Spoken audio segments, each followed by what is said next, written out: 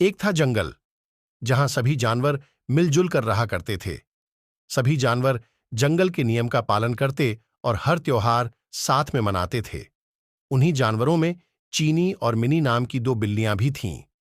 वे दोनों बहुत अच्छी सहेलियां थीं और एक दूसरे का साथ कभी नहीं छोड़ती थीं।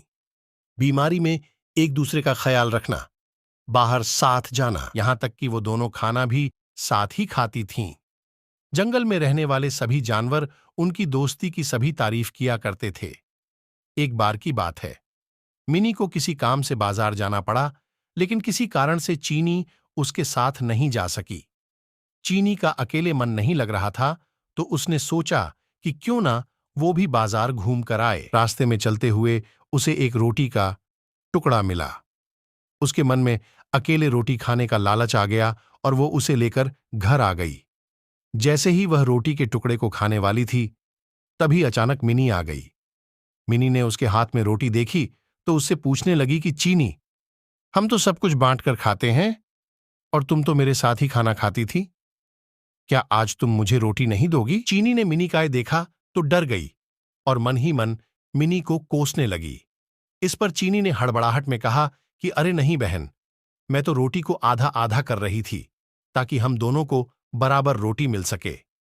मिनी सब समझ गई थी और उसके मन में भी लालच आ गया था, लेकिन कुछ बोली नहीं। जैसे ही रोटी के टुकड़े हुए, मिनी चीख पड़ी कि मेरे हिस्से में कम राटी आई है। रोटी चीनी को मिली थी, इसलिए वो उसे कम देना चाहती थी। फिर भी वो बोली कि रोटी तो बराबर ही दी है।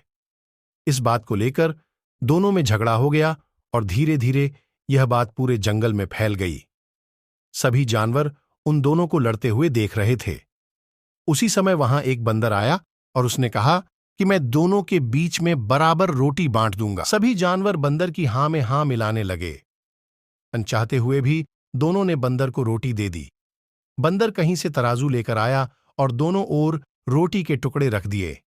जिस तरफ वजन ज्यादा होता, वो उस तरफ की थोड़ी सी रोटी यह बोलकर खा लेता कि इस रोटी को दूसरी तरफ रखी रोटी के वजन के बराबर कर रहा हूं। वो जानबूझकर ज्यादा रोटी का टुकड़ा खा लेता, जिससे दूसरी तरफ की रोटी वजन में ज्यादा हो जाती।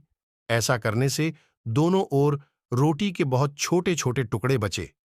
बिल्लियों ने जब इतनी कम रोटी देखी तो बोलने लगीं कि हमारी रोटी के टुकड़े वापस दे दो, हम बची हुई रोटी को आपस में बांट लेंगे।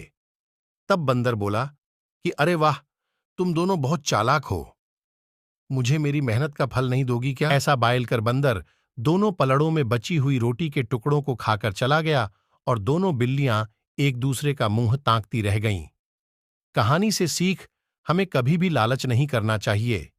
जो कुछ भी हमारे पास है, हमें उससे ही संतोष करना चाहिए और आपस में मिलजुल कर रहना चाहिए। लालच करने से जो हमारे पास है, उससे भी हाथ धोना पड़ सकता है।